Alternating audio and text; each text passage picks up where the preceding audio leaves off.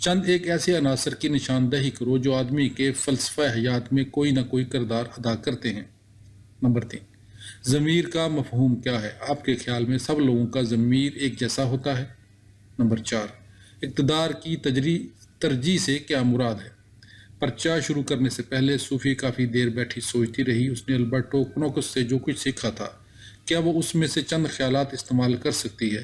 اسے کرنا ہی پڑیں گے، کیونکہ اس نے مذہبیات کی کتاب کئی دن سے نہیں کھولی تھی۔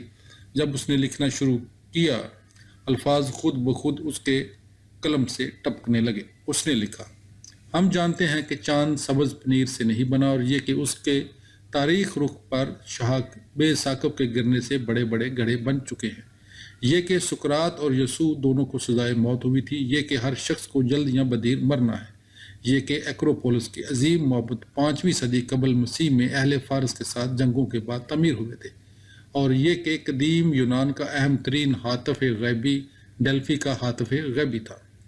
جن باتوں پر ہم صرف ایمان لا سکتے ہیں، ان کی مثالوں کے سلسلے میں صوفی نے ان سوالات کا ذکر کیا۔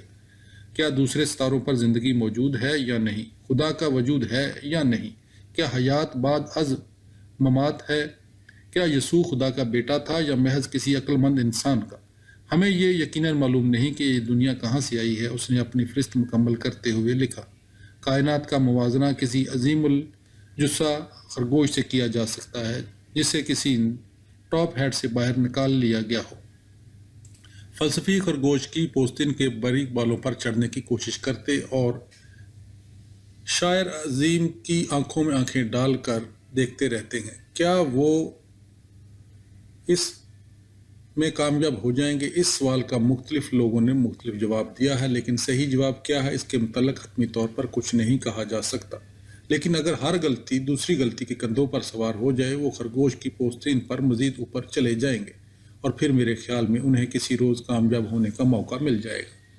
پس تحریر، انجیل میں ایک ایسی چیز کا ذکر موجود ہے جو خرگوش کی پوستین کا باریک بال ہو سکتی ہے۔ اس بال کو مینار بابل کہا جا سکتا ہے، اور اسے اس لیے تباہ کر دیا گیا کیونکہ ساحر اعظم نہیں چاہتا تھا کہ ٹھنگنے انسانی کیڑے مکوڑے رینگتے رینگتے سفید خرگوش سے، جسے اس نے ابھی تخلیق کیا ہے، اتنا اوپر نکل جائیں۔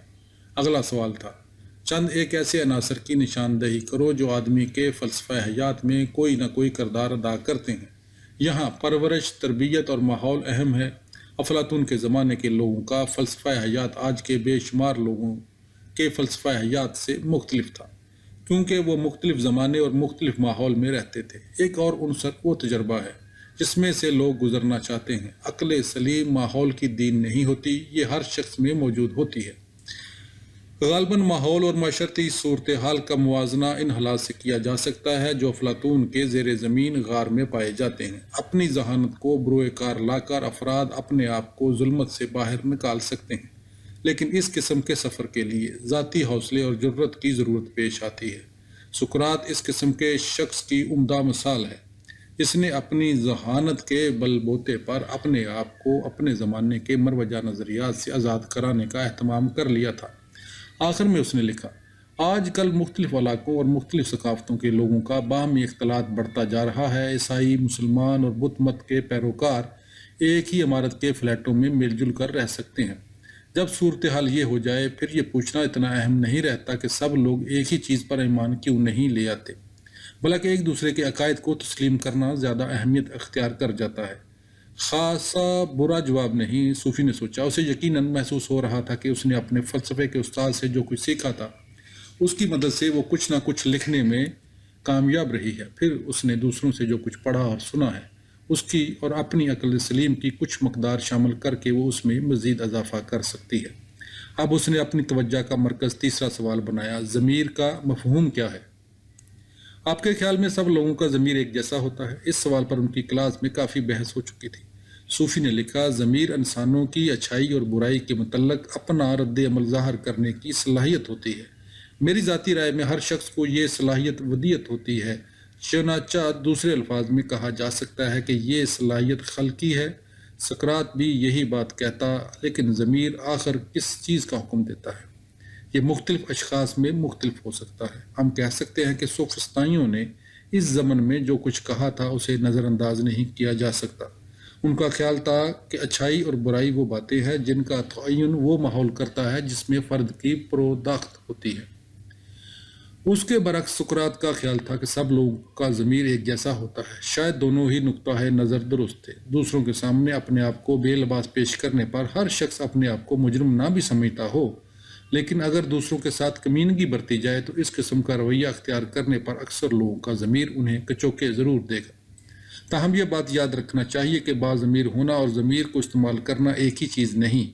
بعض اوقات بظاہر یہی نظر آتا ہے کہ لوگ بے ایمانی یا غیر اخلاقی حرکت کرنے میں ذرا آر محسوس نہیں کرتے، لیکن مجھے یقین ہے کہ ان کے باطن میں دور کہیں کسی نہ کسی قسم کا ضمیر ضرور ہوتا ہے۔ یہ بالکل اسی طرح ہے جس طرح بعض لوگوں کو دیکھ کر بظاہر یہی احساس ہوتا ہے کہ عقل ان کے قریب بھی نہیں گزری، لیکن اصل بات یہ نہیں بلکہ یہ ہے کہ عقل ان لوگوں میں بھی ہوتی ہے، لیکن وہ اسے استعمال نہیں کرتے۔ پس نوشت عقل اور ضمیر دونوں کا موازنہ انسانی پٹھوں سے کیا جا سکتا ہے۔ اگر آپ اپنا کوئی پٹھا استعمال نہیں کریں گے، یہ روز بروز کمزور سے کمزور تر ہوتا جائے گا۔ اب صرف ایک سوال باقی رہ گیا تھا، اقتدار کی ترجیح سے کیا مراد ہے؟ یہ ایک اور بات تھی جس پر ان کی حال ہی میں خاصی بحث ہو چکی تھی۔ مثلاً کار چلانا اور ایک مقام سے دوسرے مقام تک کم سے کم وقت میں پہنچنا قابل قدر ہو سکتا ہے، لیکن اگر ڈرائیونگ کا نتیجہ جنگلات کی تباہی اور ماحول کی آلودگی کی صورت میں نکلتا ہے، پھر آپ کو اقدار کے انتخاب کا مسئلہ درپیش ہوتا ہے۔ بڑے انہماک سے غور و فکر کے بعد صوفی کو محسوس ہوا کہ وہ اس نتیجے پر پہنچی ہے کہ کم سے کم وقت میں کام پر پہنچنے کی نسبت صحت مند جنگلات اور پاکیزہ ماحول کہیں زیادہ قابل قدر ہے۔ اس نے متعدد مزید مثالیں دیں۔ آخر میں اس نے لکھا، ذاتی طور پر میں سمجھتی ہوں کہ انگلش گرامر کی نسبت فلسفہ کہیں زیادہ اہم مضمون ہے، چنانچہ اقدار کی سمجھدارانہ ترجیح یہی ہونا چاہیے کہ فلسفہ نصاب میں شامل کیا جائے اور انگریزی کے اسباق کی تعداد ذرا کم کر دی جائے۔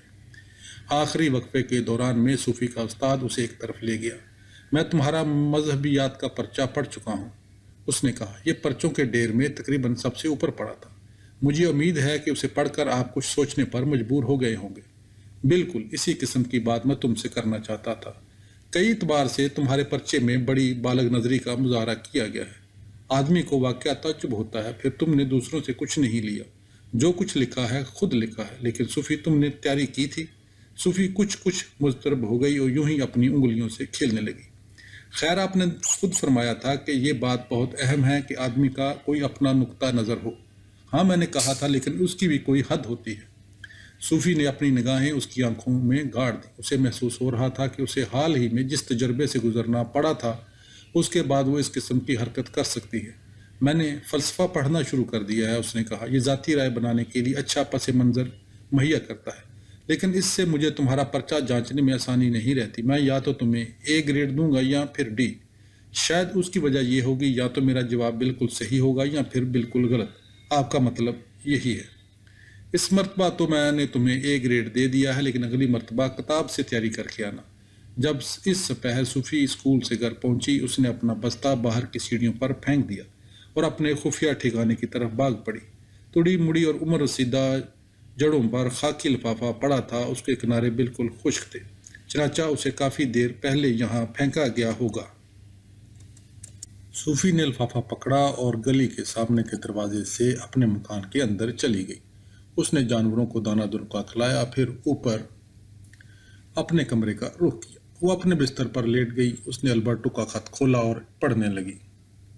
یونانیت تو صوفی، ایک بار پھر ہمارا ٹاکرا ہو گیا۔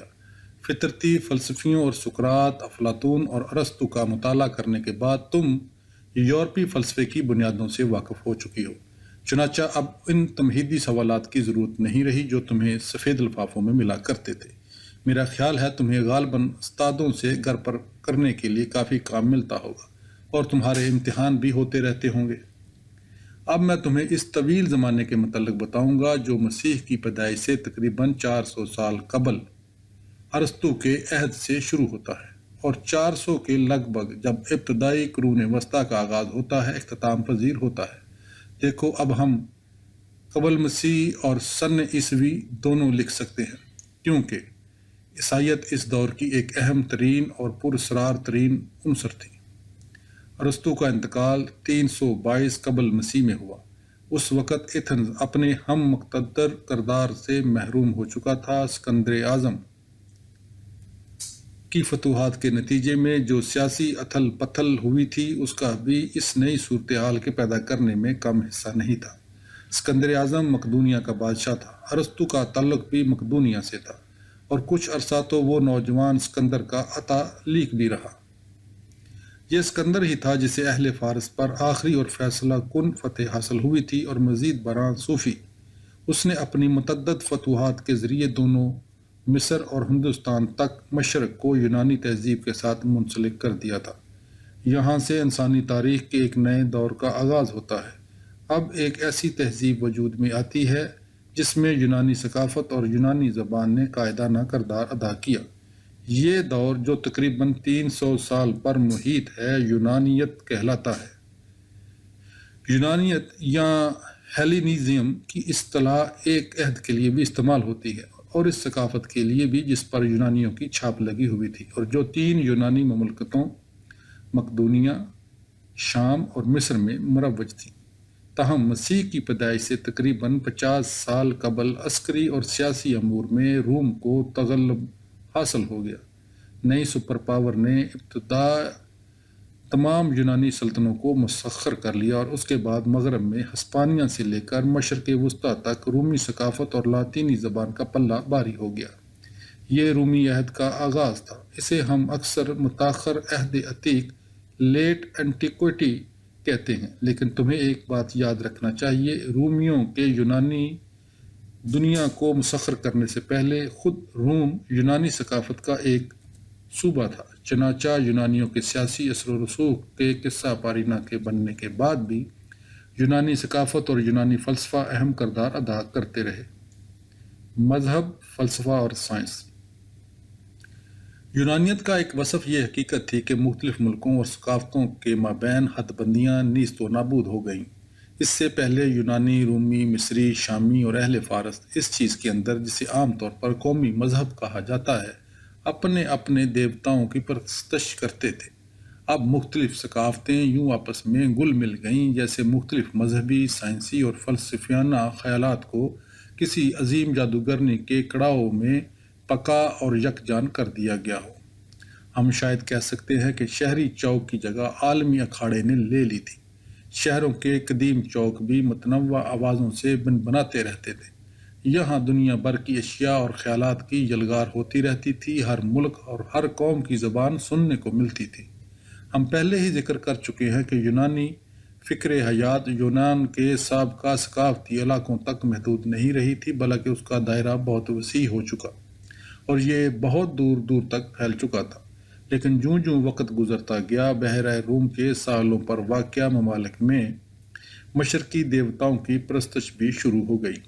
مذہب کی نئی نئی صورتیں نمودار ہونے لگی جو متعدد قدیم اقوام کے دیوتاؤں اور عقائد کو جب جی چاہتا اپنا جز بنا لیتے ہیں۔ اسے اختلاط عقائد کہتے ہیں۔ اس سے پہلے لوگوں کو اپنی برادری اور اپنی شہری مملکت کے ساتھ مضبوط ناطے کا احساس ہوتا تھا، لیکن جب سرحدیں اور حد بندیاں نابود ہو گئیں، بے شمار لوگوں کو اپنے فلسفہ حیات کے متعلق شکوک اور بے یقینی کا تجربہ ہونے لگا۔ متاخر عہد عتیق کی عمومی خصوصیات مذہبی شکوک، ثقافتی شکست و ریخت اور قنوطیت ہیں۔ یہ کہا جانے لگا کہ دنیا بوڑھی ہو گئی ہے۔ یونانیت کے عہد کے دوران میں جو آئے روز نئے نئے مذہبی رجحانات اور فرقے تشکیل پا رہے تھے، ان میں ایک بات مشترک تھی۔ وہ اکثر اپنی تعلیمات میں اس چیز پر زور دیتے رہتے تھے کہ انسان موت سے کس طرح نجات حاصل کر سکتا ہے۔ ان کی تعلیمات کا یہ حصہ عموماً رازدارانہ ہوتا تھا۔ ان تعلیمات کو تسلیم کرنے اور بعض رسوم کی ادائیگی کرنے کے بعد متقد کو بقائے روح اور ابدی زندگی کی امید ہو سکتی تھی۔ روح کی نجات کے لیے جتنی رسوم کی ادائیگی لازمی تھی، اتنی ہی یہ بات بھی ضروری تھی کہ آدمی کائنات کی صحیح فطرت کے متعلق خاص قسم کی بصیرت حاصل کرے۔ صوفی نئے مذہب کے متعلق اتنا ہی کافی ہے، لیکن فلسفہ بھی روز بروز نجات اور شانتی کی سمت میں قدم بڑھا رہا تھا۔ اب یہ سمجھا جانے لگا کہ فلسفیانہ بصیرت نہ صرف اپنا اجر آپ ہے، بلکہ اسے بنی نو کو قنوطیت اور خوف مرگ سے بھی چھٹکارا دلانا چاہیے۔ یوں فلسفے اور مذہب کے مابین حد بندیاں بتدریج خارج کر دی گئیں۔ عمومی اعتبار سے یونانیت کے فلسفے میں کوئی ایسی نئی بات یا پچ نہیں تھی کہ آدمی اس پر دنگ رہ جائے۔ کوئی نیا افلاطون یا ارسطو منظر عام پر نہ آیا۔ اس کے برعکس ایتھنز کے تینوں عظیم فلسفیوں کے افکار نے متعدد فلسفانہ رجحانات کو ہوا دی، جن کا میں ابھی اجمالی خاکہ پیش کروں گا۔ یونانی سائنس بھی مختلف ثقافتوں سے حاصل کردہ علوم کے امتزاج سے متاثر ہوئی۔ یہاں اسکندریہ کے شہر نے کہ یہ مغرب اور مشرق کے مابین نقطہ اتصال تھا، کلیدی کردار ادا کیا۔ ایتھنز فلسفے کے مرکز کی حیثیت سے ضرور موجود رہا، کیونکہ یہاں افلاطون اور ارسطو کے بعد بھی فلسفے کے مدرسے چلتے رہے، لیکن سائنس کا مرکز اسکندریہ بن گیا۔ اپنی وسیع و عریض لائبریری کی بنا پر یہ ریاضی، فلکیات، حیاتیات اور طب کے علوم کی تدریس و تحقیق کا مرکز بن گیا۔ یونانی ثقافت کا موازنہ بخوبی آج کی دنیا سے کیا جا سکتا ہے۔ 20ویں صدی بھی ایک ایسی تہذیب سے متاثر ہوئی ہے جو روز بروز نئے نئے خیالات کو اپنے اندر سمو رہی ہے، اور ان نئے نئے خیالات کی یلغار کا نتیجہ یہ برآمد ہوا ہے کہ مذہب اور فلسفہ بے پناہ اتھل پتھل کا شکار ہونے لگے، اور جس طرح مسیحی دور کے آغاز میں یونانی، مصری اور مشرقی مذاہب کے پیروکار روم میں ایک دوسرے کے شانہ بشانہ چلتے نظر آتے تھے، بائینہ آج جب ہم 20ویں صدی کے اختتام کو چھونے لگے ہیں، ہمیں یورپ کے سارے چھوٹے بڑے شہروں میں دنیا کے تمام خطوں کے مذاہب کے پیروکار مل جاتے ہیں۔ آج ہم یہ بھی دیکھ سکتے ہیں کہ پرانے اور نئے مذہبیوں، فلسفوں اور سائنسوں کا اختلاط کس طرح زندگی کا نقطہ نظر کی منڈی میں نئی پیشکشوں کی بنیاد تشکیل دے سکتا ہے۔ دراصل اس نئے علم کا بیشتر حصہ پرانے خیالات ہی کے، جن میں سے چند ایک کی جڑیں واپس یونانیت تک پہنچتی ہیں، بچے کھچے آثار ہیں جو نابود ہونے سے بچ گئے تھے۔ جیسا کہ میں کہہ چکا ہوں کہ سقراط، افلاطون اور ارسطو نے جو سوالات اٹھائے تھے، یونانیت کا فلسفہ انہی سے برسر پیکار رہا۔ ان سب مکاتب فکر میں مشترک بات ان کی یہ خواہش تھی کہ یہ دریافت کیا جائے کہ انسان کس بہترین طریقے سے زندگی گزار سکتا ہے اور موت قبول کر سکتا ہے۔ یوں کہنا چاہیے کہ ان کی درد سری اخلاقیاتی نئی تہذیب میں یہ مرکزی فلسفیانہ پروجیکٹ بن گئی۔ بڑا زور اس بات پر تھا کہ کس طرح یہ معلوم کیا جائے کہ سچی خوشی کیا ہے اور اس کا حصول کیسے ممکن ہے۔ ہم ان میں سے 4 فلسفیانہ رجحانات کا جائزہ لیں گے۔ قلبی کہانی کچھ اس طرح بیان کی جاتی ہے کہ ایک روز سقراط کسی ریڑھے کے سامنے، جس پر دنیا جہان کی اشیاء برائے فروخت رکھی ہوئی تھی، کھڑا اسے بغور دیکھ رہا تھا۔ آخر اس سے رہا نہ گیا اور وہ پکار اٹھا، یہاں کتنی اشیاء ہیں جن کی مجھے کوئی ضرورت نہیں۔ سقراط کا یہ بیان قلبی دبستان فلسفہ کا ماٹو کہا جا سکتا ہے۔ اس دبستان کی بنیاد 29 تھیسس نے مسیح کی پیدائش سے تقریباً 400 سال پہلے ایتھنز میں رکھی تھی۔ 29 تھیسس سقراط کا شاگرد تھا اور اسے اس کی کفایت شعری میں خاص طور پر دلچسپی پیدا ہو گئی تھی۔ قلبی اس بات پر زور دیتے تھے کہ سچی خوشی مادی تعیشات، سیاسی قوت یا اچھی صحت جیسے خارجی فوائد سے نہیں ملتی۔ سچی خوشی کا انحصار اس قسم کی اٹکل پچو اور عارضی اشیاء پر نہیں ہوتا، اور چونکہ سچی خوشی اس طرح کے مفادات کے تابع نہیں ہوتی، اس تک ہر شخص کی رسائی ہو سکتی ہے۔ مزید برآں اگر یہ ایک مرتبہ دستیاب ہو جائے پھر اس کے چھننے کا کبھی امکان نہیں رہتا۔ مشہور ترین قلبی ڈیوجانس تھا۔ وہ انتیستھینس کا شاگرد تھا اور مشہور ہے کہ وہ مدور پیپے میں رہتا تھا۔ اس کے پاس ایک چوگے، چھڑی اور روٹیوں کے تھیلے کے سوا کچھ بھی نہیں تھا، چنانچہ اس کی خوشی چرانا کوئی آسان کام نہیں تھا۔ ایک روز جب وہ اپنے پیپے کے پاس بیٹھا دھوپ سے لطف اندوز ہو رہا تھا، اسکندر اعظم اس سے ملاقات کے لیے آیا۔ امپراطور اس کے سامنے کھڑا ہو گیا اور پوچھنے لگا، میں آپ کی کیا خدمت کر سکتا ہوں؟ آپ کو جس چیز کی بھی خواہش ہو آپ کو پیش کر دی جائے گی۔ ہاں، مجھے ایک چیز چاہیے، دیوجانس نے جواب دیا۔ ذرا ہٹ کر کھڑے ہو جائے، آپ نے دھوپ روک رکھی ہے۔ یوں دیوجانس نے اپنے جواب سے جتا دیا کہ وہ اس عظیم انسان سے جو اس کے سامنے کھڑا تھا کم خوش اور مرفع الحال نہیں، اسے جو کچھ چاہیے تھا وہ سب اس کے پاس موجود تھا۔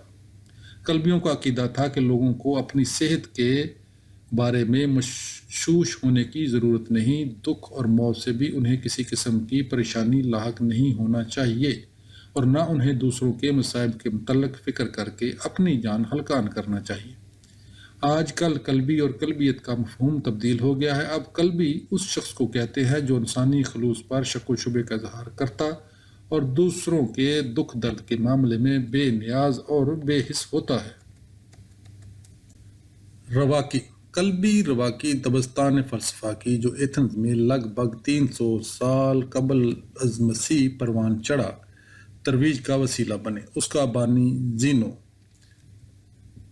تقریباً 262 قبل مسیح تا 334 قبل مسیح تھا۔ وہ اصل میں قبرص سے آیا تھا۔ اس کا جہاز سمندر میں تباہ ہو گیا تھا اور وہ کسی طرح بچتا بچاتا ایتھنز پہنچ گیا۔ یہاں وہ قلبیوں میں شامل ہو گیا۔ وہ اپنے پیروکاروں کو ایک پورچ یا برآمدہ کے نیچے اکٹھا کر لیا کرتا تھا۔ رواقی کا ہم معنی انگریزی لفظ سوٹک یعنی لفظ سٹوا سے مشتق ہے، جس کا مطلب پورٹیکو ہے۔ رواقیت سٹوسیزم نے بعد ازاں رومی ثقافت کے لیے بڑی اہمیت اختیار کرنا ہے۔ ہراکلیتوس کی طرح رواقیوں کا بھی عقیدہ تھا کہ ہر شخص یکساں عقل سلیم یا لوگوس کا جزو ہے۔ وہ سمجھتے تھے کہ ہر شخص اپنی ذات میں عالم صغیر ہے جو عالم کبیر کی پرچھائیاں ہیں۔ اس سے یہ تصور ابھرا کہ کوئی افاقی راستی یا نام نہاد قانون فطرت موجود ہے، چونکہ یہ افاقی قانون وقت کی قید سے ماورا انسانی اور افاقی عقل پر مبنی ہے۔ یہ زمان و مکان کو تبدیل نہیں کرتا۔ اس معاملے میں رواقی سوفسطائیوں کے برعکس ارسطو کے طرفدار تھے۔ قانون فطرت تمام بنی نوع انسان پر، جن میں غلام بھی شامل ہیں، حاوی ہے۔ رواقی سمجھتے تھے کہ مختلف مملکتوں کے قانونی قواعد و ضوابط اس قانون کی نامکمل نقول ہیں جو خود فطرت میں مضبوطی سے گڑا ہوا ہے۔ جس طرح رواقیوں نے فرد اور کائنات کے مابین تمیز مٹا دی، اس طرح وہ اس بات سے بھی انکاری تھے کہ روح اور مادے کے مابین کوئی کشمکش ہو سکتی ہے۔ ان کا دعویٰ تھا کہ فطرت صرف ایک ہے۔ اس قسم کے تصور کو احدیت مونوئزم کہا جاتا ہے۔ اس کے مقابلے میں افلاطون واضح طور پر ثنویت ڈوئلزم یا دوہری حقیقت کا قائل تھا۔ اپنے عہد کے سچے فرزند ہونے کی حیثیت سے رواقی واضح طور پر وسیع المشرب کوسموپولیٹن تھے، کیونکہ وہ بیرل فلسفیوں یعنی قلبیوں کی نسبت معاصر ثقافت کو قبول کرنے کے لیے زیادہ آمادہ تھے۔ وہ اس طرف توجہ دلاتے تھے کہ تمام انسان ایک دوسرے کے رفیق ہیں۔ وہ سیاست میں بڑھ چڑھ کر دلچسپی لیتے تھے اور ان میں سے کئی ایک خاص طور پر رومی امپراتور مارکس اور اوریلیس 180 تا 121 عیسوی فعال مدبر تھے۔ انہوں نے روم میں یونانی فلسفے اور ثقافت کی حوصلہ افزائی کی۔ ان میں سے ایک خوش بیان مقرر فلسفی اور مدبر کوکروئی سرو 43 قبل مسیح تا 106 قبل مسیح تھا۔ سسرو ہی وہ شخص ہے جس نے انسان دوستی ہیومنزم کا یعنی زندگی کے بارے میں ایک ایسا نقطہ نظر جس میں توجہ کا مرکز فرد ہوتا ہے تصور پیش کیا تھا۔ چند سال بعد روم کے رواقی فلسفی سنیکا نے کہا بنی نوع انسان کے نزدیک بنی نوع انسان مقدس ہے۔ تب سے یہ انسان دوستوں کا نعرہ چلا آ رہا ہے۔ مزید برآں رواقی اس بات پر زور دیتے تھے کہ تمام فطری عمل کاریاں جیسے موت یا بیماری فطرت کے ناقابل شکست قوانین کی پابندی کرتی ہیں، چنانچہ انسان کو اپنی تقدیر قبول کرنا سیکھنا چاہیے۔ کوئی بھی چیز اتفاقاً ظہور پذیر نہیں ہوتی، ہر چیز کے وقوع پذیر ہونے میں جبر کا عمل دخل ہوتا ہے۔ چنانچہ جب قسمت دروازے پر دستک دیتی ہے، شکایت کرنا لا حاصل ثابت ہوتا ہے۔ ان کا خیال تھا کہ آدمی کو زندگی کے پرمسرت وقوع بھی ذہنی توازن کھوئے بغیر قبول کرنا چاہیے۔ اس معاملے میں وہ قلبیوں کے بائی بند معلوم ہوتے تھے، جن کا دعویٰ تھا کہ تمام خارجی واقعات غیر اہم ہیں۔ آج بھی ہم ایک ایسے شخص کے لیے جو جذبات سے مغلوب نہیں ہوتے، سوٹک کام مشکلات و مصائب کو شکایت کیے بغیر پرسکون انداز سے برداشت کرنا کی ترکیب استعمال کرتے ہیں۔ ایپیکور جیسا کہ ہم دیکھ چکے ہیں کہ سقراط کا مسئلہ یہ تھا کہ وہ یہ معلوم کرنا چاہتا تھا کہ انسان اچھی زندگی کیسے گزار سکتا ہے۔ قلبیوں اور رواقیوں دونوں نے اس فلسفے کی جو تشریح کی، اس کا مفہوم یہ نکلتا ہے کہ انسان کو مادی تعیشات سے چھٹکارا حاصل کرنا چاہیے، لیکن سقراط کا ایک اور شاگرد بھی تھا، اس کا نام ارسطیپوس تقریباً 356 قبل مسیح تا 435 قبل مسیح تھا۔ اس کا ایقان تھا کہ زندگی کا مقصد یہ ہے کہ حواس کے ذریعے ممکن حد تک اعلیٰ ترین لذت حاصل کی جائے۔ اعلیٰ ترین اچھائی لذت ہے، اس کا مقولہ تھا، اور بدترین برائی دکھ ہے۔ چنانچہ وہ ایک ایسے طرز حیات کو پروان چڑھانا چاہتا تھا جس کا مقصد دکھ اور تکلیف کی تمام صورتوں سے بچنا ہے۔ قلبی اور رواقی ہر قسم کی تکلیف اور دکھ برداشت کرنے میں یقین رکھتے تھے۔ یہ دکھ سے بچنے کی کوشش کرنے سے مختلف چیز ہے۔ مسیح کی پیدائش سے تقریباً 300 سال قبل ایپیکورس نے ایک فلسفے کے مدرسے کی بنیاد رکھی۔ اس کے پیروکاروں کو ایپیکور کہا جاتا ہے۔ اس نے ارسطیپوس کے فلسفہ لذت کو آگے بڑھایا اور اسے دیموکریٹوس کے ایٹم کے نظریے کے ساتھ ملا دیا۔ کہانی یوں بیان کی جاتی ہے کہ ایپیکور کسی باغ میں رہتے تھے، چنانچہ انہیں گلستان کے فلسفی کہا جاتا تھا۔ کہا جاتا ہے کہ باغ کے دروازے پر ایک کتبہ آویزاں تھا۔ اس پر لکھا تھا کہ اجنبی، تم یہاں اچھی زندگی گزارو گے، یہاں لذت اعلیٰ ترین اچھائی سمجھی جاتی ہے۔ ایپیکور ہمیشہ اس بات پر زور دیتے تھے کہ کسی فعل کے پر لذت نتائج کو اس کے ممکنہ ناگوار ضمنی اثرات کے مقابلے میں رکھ کر دیکھنا چاہیے۔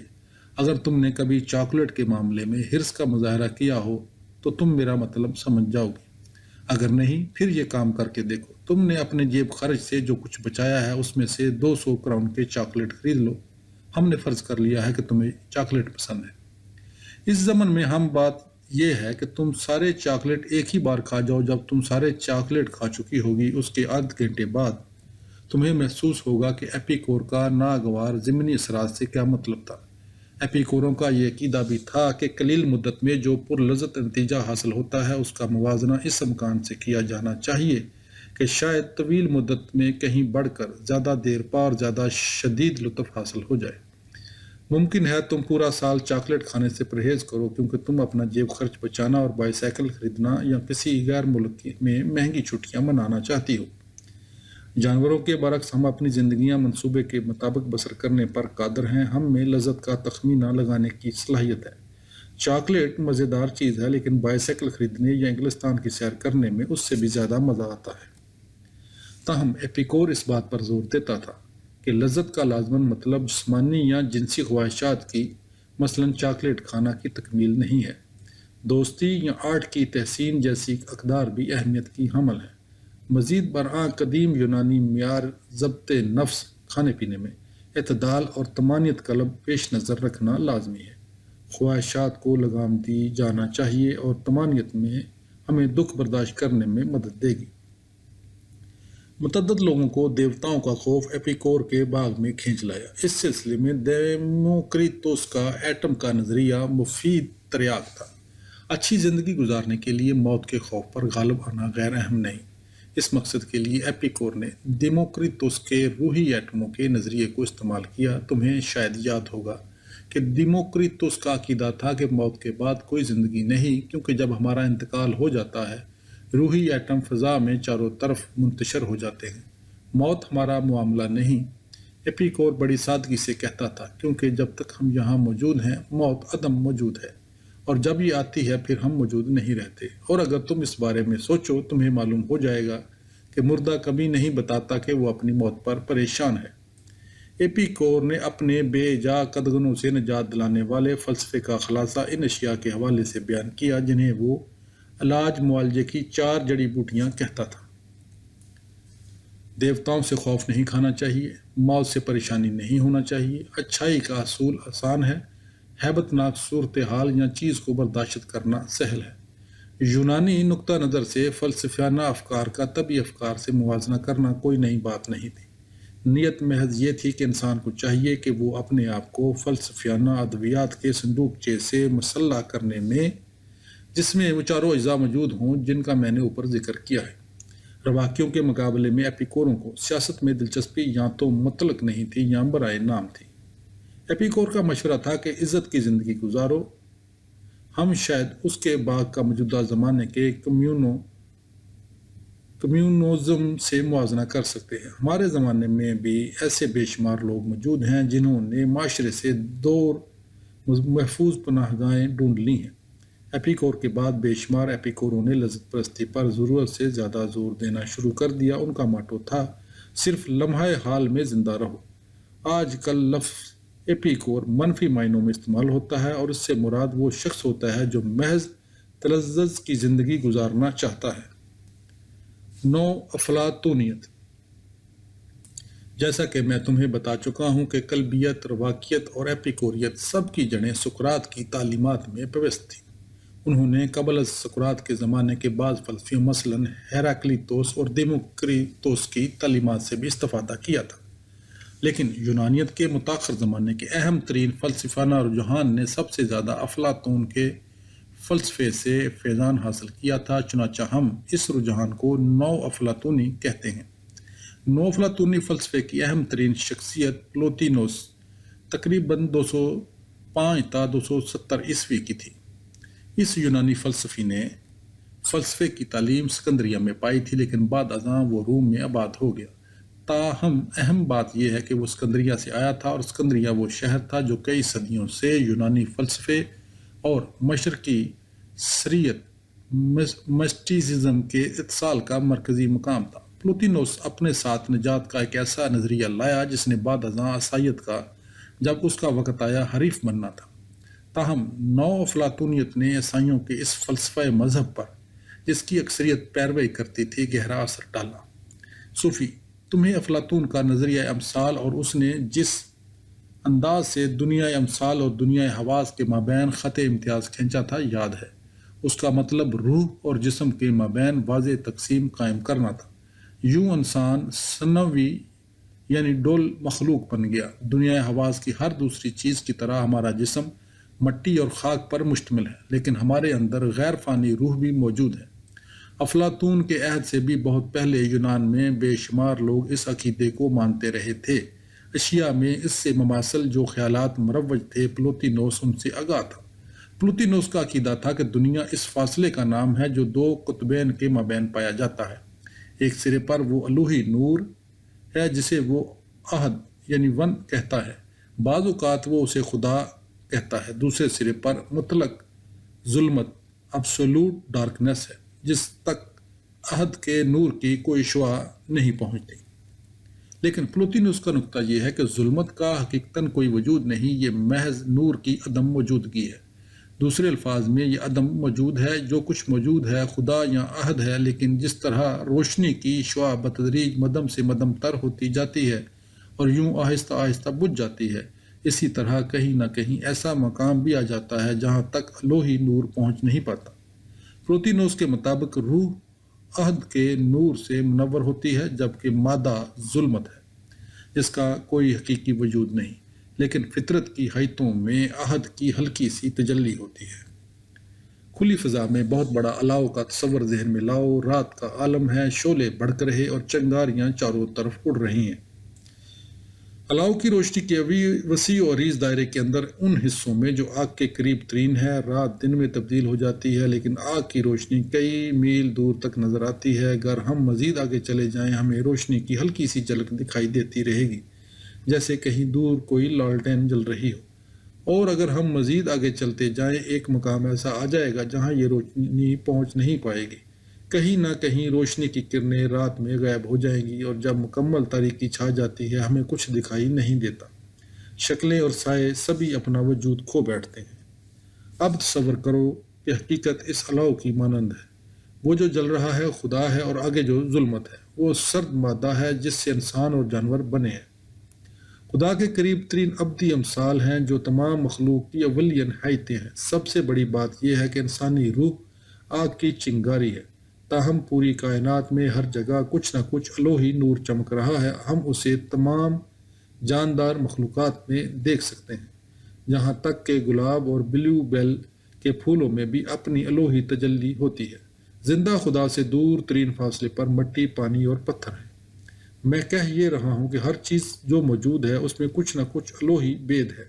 ہم اسے سورج مکھی کے پھول یا گل لالہ میں ذو فگن ہوتے دیکھ سکتے ہیں۔ ہم اس اتھاہ راز کا اس سے زیادہ احساس اس تتلی کو دیکھ کر ہوتا ہے جو کسی شاخ پر اپنے پر پھڑپھڑا رہی ہے، یا اس سنہری مچھلی کا مشاہدہ کر کے ہوتا ہے جو اپنے برتن میں تیرتی پھر رہی ہے۔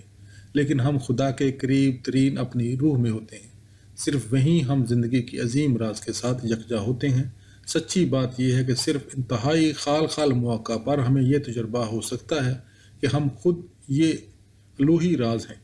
پلوتینوس کا استعارہ افلاطون کے غار کے استعارے کی مانند ہے۔ ہم غار کے دہانے کے جتنا قریب جاتے ہیں، ہم اتنا ہی اس چیز کے نزدیک پہنچ جاتے ہیں جس سے تمام زندگی پھوٹتی ہے۔ لیکن افلاطون کی صاف شفاف دوہری حقیقت کے برعکس، پلوتینوس کے نظریے کی خصوصی بات کلیت ہولنسنس کا تجربہ ہے۔ اس میں ہر چیز واحد ہے کیونکہ ہر چیز خدا ہے، بھلا کہ افلاطون کے غار میں جو پرچھائیاں ہیں ان میں بھی کہیں دور عہد کی ہلکی سی تجلی نظر آ جاتی ہے۔ پلوتینوس کو اپنی زندگی کے دوران میں بعض مواقع پر جو اگرچہ خال ہی ہیں، کچھ اس قسم کے تجربہ ہوا جیسے اس کی روح خدا کی ذات میں مدغم ہو گئی ہو۔ ہم اس قسم کے تجربے کو عام طور پر سری تجربہ کہتے ہیں۔ تاہم پلوتینوس واحد شخص نہیں جسے اس قسم کا تجربہ ہو۔ ہر عہد اور ہر ثقافت کے لوگ ان کا ذکر کرتے رہے ہیں۔ تفصیلات مختلف ہو سکتی ہیں لیکن ضروری خصوصیات یکساں ہیں۔ آؤ اب ہم ان میں سے چند ایک خصوصیات کا ذکر کرتے ہیں۔ سریت سری تجربہ خدا یا روح کائنات میں مدغم ہونے کا تجربہ ہے۔ متعدد مذاہب خدا اور مخلوق کے مابین خلیج پر زور دیتے ہیں، لیکن سریت پسندوں یا صوفیوں کو اس قسم کی خلیج کا کوئی تجربہ نہیں ہوتا۔ مردوں اور عورتوں دونوں کو خدا کے ساتھ یکجان ہونے یا اس کی ذات میں مدغم ہونے کا تجربہ ہو چکا ہے۔ مطلب یہ ہے کہ جسے ہم عام طور پر میں کہتے ہیں وہ صحیح میں نہیں ہوتا۔ قلیل مدت جھلک کے دوران میں ہمیں عظیم تر میں کے ساتھ تطبیق آئیڈینٹیفیکیشن کا تجربہ ہو سکتا ہے۔ بعض سریت پسند اس عظیم تر میں کو خدا اور دوسرے روح کائنات، فطرت یا کائنات کہتے ہیں جب ادغام ہو جاتا ہے۔ سریت پسند کو محسوس ہونے لگتا ہے کہ وہ اپنے آپ کو کھو رہا ہے۔ وہ اسی طرح خدا میں کھویا یا غائب ہو جاتا ہے جس طرح پانی کا قطرہ اپنا وجود کھو بیٹھتا ہے جب وہ سمندر میں مدغم ہوتا ہے۔ ایک ہندوستانی سریت پسند نے اسے ایک مرتبہ اس طرح بیان کیا تھا: جب میں تھا ایشور نہیں تھا، جب ایشور ہے میں نہیں رہا۔ عیسائیت سریت پسند اینجلس سائلس 1624 تا 1677 عیسوی نے اسے ایک اور انداز سے بیان کیا تھا: اور ہر قطرہ جب بحر کی طرف بڑھتا ہے بحیرہ بن جاتا ہے، بالکل اسی طرح روح عالم بالا کی طرف پرواز کرتی ہے اور خدا بن جاتی ہے۔ تم شاید محسوس کرو کہ اپنے آپ کو کھو دینا کوئی اتنی خوشگوار بات نہیں۔ مجھے معلوم ہے تمہارا مطلب کیا ہے، لیکن اصل بات یہ ہے کہ جو کچھ تم نے کھویا ہے وہ اس سے کہیں کم ہے جو تم نے پایا ہے۔ تم اپنے آپ کو صرف اس حیت میں کھوتی ہو جس میں تم اس لمحے ہوتی ہو، لیکن اس کے ساتھ ہی تمہیں احساس ہوتا ہے کہ تم پہلے سے کہیں بڑی چیز بن گئی ہو۔ تم کائنات بن گئی ہو، بلکہ صوفی تم خود روح کائنات بن چکی ہو۔ یہ تم ہو جو خدا ہے۔ اگر تمہیں اپنے آپ کو صوفی امرت سین کی حیثیت سے کھونا پڑ رہا ہے، تمہیں یہ جان کر تشفی ہو سکتی ہے کہ یہ ہر روز کا میں ایک ایسی چیز ہے جو ایک نہ ایک روز تم بہرحال کھو دو گی۔ سریت پسندوں کے مطابق تمہارا اصل میں، جس کا تمہیں صرف تبھی تجربہ ہو سکتا ہے اگر تم اپنے آپ میں اپنے آپ کو کھونے کی صلاحیت پیدا کر سکو، کسی پرسرار آگ کی مانند ہے جو تابد افروزاں رہے گی۔ لیکن اس قسم کا سری تجربہ اپنے آپ وارد نہیں ہوتا۔ خدا کے ساتھ اپنے وصال کے لیے سریت پسند کو روحانی تفہیم اور تزکیہ نفس کا راستہ تلاش کرنے کی ضرورت پیش آ سکتی ہے۔ یہ راستہ سادہ زندگی اختیار کرنے اور مراقبے یا گیان دھیان کے مختلف طریقوں پر عمل پیرا ہو کر مل سکتا ہے۔ پھر ایک ہے کہ سریت پسند یا صوفی کو اپنی منزل مل جاتی ہے اور وہ پکار اٹھتا ہے: انا الحق یا من تشدم۔ سری رجحانات دنیا کے تمام بڑے مذاہب میں پائے جاتے ہیں، اور سریت پسندوں نے سری تجربوں کی جو روادیدیں بیان کی ہیں، تمام ثقافتوں کے اندر ان میں حیران کن حد تک یکسانیت پائی جاتی ہے۔ یہ تو محض سریت پسند کی اپنے سری تجربے کی مذہبی یا فلسفیانہ توضیح ہے جس سے اس کے خود ثقافتی پس منظر کا انکشاف ہوتا ہے۔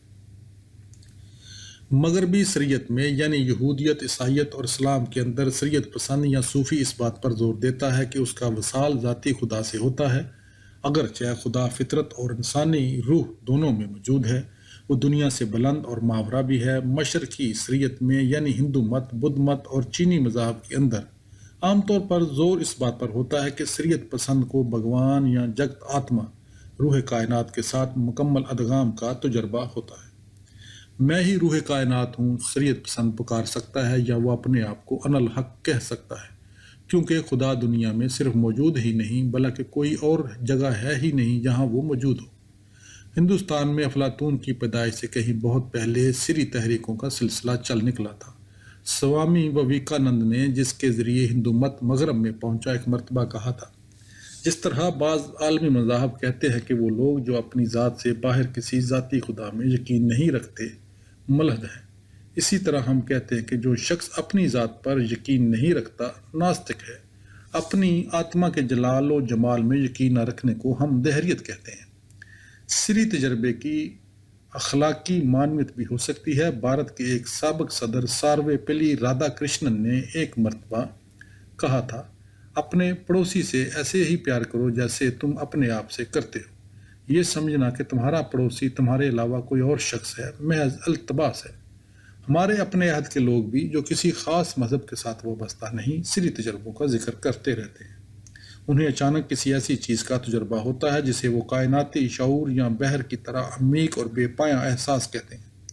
انہیں یوں محسوس ہوا ہے جیسے انہیں کسی نے جھکا دیا ہے اور وقت کی قید سے آزاد کر دیا ہو اور انہیں ابدیت کے تناظر سے دنیا کا تجربہ ہو۔ صوفی اپنے بستر پر بیٹھ گئی، اسے اپنے آپ کو ٹٹول کر دیکھنا پڑا کہ اس کا ابھی تک کوئی جسم ہے بھی یا نہیں۔ جب وہ افلاطون اور شریعت پسندوں کے متعلق مزید اور مزید پڑھ رہی تھی، اسے محسوس ہونے لگا تھا جیسے وہ بے اختیار اپنے کمرے میں دریچے سے باہر اور شہر کے کہیں بہت اوپر تیر رہی ہو۔ وہاں سے اس نے نیچے چوک میں سب لوگوں کو دیکھا تھا اور وہ بحر شمالی، صحرائے اعظم اور افریقہ کے استوائی خطوں کے اوپر ہی اوپر اور پھر سارے کرۂ ارض کے اوپر فضا میں تیرتی رہی تھی۔ ساری دنیا تقریباً کسی زندہ شخص کی مانند دکھائی دینے لگی تھی اور صوفی کو محسوس ہو رہا تھا جیسے وہ زندہ شخص وہ خود ہو، دنیا میں ہو۔ اس نے سوچا، وسیع و عظیم کائنات جو اسے اکثر بے پایاں، ناقابل تفہیم اور دہشت ناک محسوس ہوتی رہی تھی، وہ اس کا اپنا میں تھی۔ کائنات اب بھی بے پایاں اور پرشکوہ تھی، لیکن اب اس کی اپنی ذات تھی جو اتنی بڑی بن گئی تھی۔ یہ غیر معمولی احساس سے زد و گزر تھا، لیکن صوفی کو یقین تھا کہ وہ اسے کبھی فراموش نہیں کر سکے گی۔ اسے محسوس ہو رہا تھا جیسے اس کے اندر سے کوئی چیز اس کی پیشانی پھاڑ کر باہر نکل آئی ہو اور باقی تمام اشیاء کے ساتھ اس طرح مدغم ہو گئی ہو جیسے رنگ کا ایک قطرہ جگ کے ساری پانی کو رنگین بنا دیتا ہے۔ جب یہ احساس ختم ہو گیا تو اسے یوں لگا جیسے اس نے کوئی سہانا خواب دیکھا ہو، اور جب اس کی آنکھ کھلی اس کے سر میں درد ہو رہا ہو۔ صوفی کو جب احساس ہوا کہ اس کا ایک جسم ہے جو بستر پر بیٹھنے کی کوشش کر رہا ہے، وہ جس التباس کی لپیٹ میں آ چکی تھی اب اس کا طلسم ٹوٹ چکا تھا اور مایوسی اس کے چہرے پر پڑھی جا سکتی تھی۔ پیٹ کے بل لیٹ کر البرٹو کنوکس کے کاغذات کا مطالعہ کرنے سے اس کی کمر میں درد ہونے لگا تھا، لیکن اسے کسی ناقابل فراموش چیز کا تجربہ ہو چکا تھا۔ آخرکار اس نے اپنے حواس مجتمع کی اور وہ اٹھ کھڑی ہو گئی۔ پہلا کام اس نے یہ کیا کہ اوراق میں سوراخ کی اور انہیں دوسرے اسباق کے ساتھ فائل میں پرو دیا، پھر وہ باغ میں چلی گئی۔ پرندے یوں چہچہا رہے تھے جیسے دنیا ابھی ابھی وجود میں آئی ہو۔ خرگوشوں کے کہنہ ڈربوں کے پیچھے برچ کے درختوں کا زردی مائل سبز رنگ اتنا چمکیلا تھا کہ معلوم ہوتا تھا جیسے خالق نے ابھی تک ان پر رنگ کرنے کا کام ختم نہیں کیا۔ کیا وہ واقعہ یقین کر سکتی ہے کہ ہر چیز واحد الوہی میں ہے؟ کیا وہ یقین کر سکتی ہے کہ وہ اپنے اندر کوئی روح لیے پھر رہی ہے جو آگ کی چنگاری ہے؟ اگر یہ ٹھیک ہے، پھر وہ واقعہ الوہی مخلوق جاری ہے۔